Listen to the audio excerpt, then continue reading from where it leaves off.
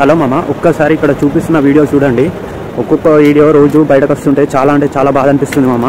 ఇది మొత్తం ఇక్కడ కనిపిస్తున్నదంతా HCU university 400 acres land.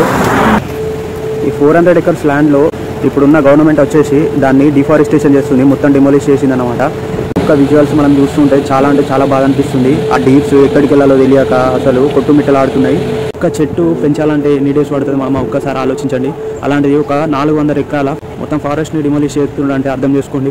Future IT companies కోసం, ఈ డెవలప్మెంట్ కోసం చేస్తే కనుక మన ఫ్యూచర్ జనరేషన్ ఏంది, మనం మంచి ప్యూర్ ఆక్సిజన్ తీసుకునే పరిస్థితి లేదు. ఇప్పటికే ఫ్యూచర్ జనరేషన్కి అసలు ఏం మెసేజ్ ఇద్దాం అనుకుంటారు నాకైతే అర్థమవుతలేదు.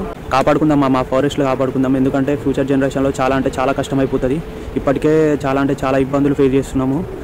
సో దీనికోసం ఇప్పటికే HCU విద్యార్థులందరూ చాలా అంటే చేస్తున్నారు వాళ్ళ ల్యాండ్ కోసం దక్కించుకోవాలని. ఇందులో మన వాళ్ళు కూడా ఇన్వాల్వ్ కావాలని, మన వాళ్ళు కూడా పాత్ర పోషించాలని కోరుకుంటున్నాను. ఈ వీడియోని అయితే పక్కా షేర్ చేయండి, అందరికీ రీచ్ అయ్యేటట్టు.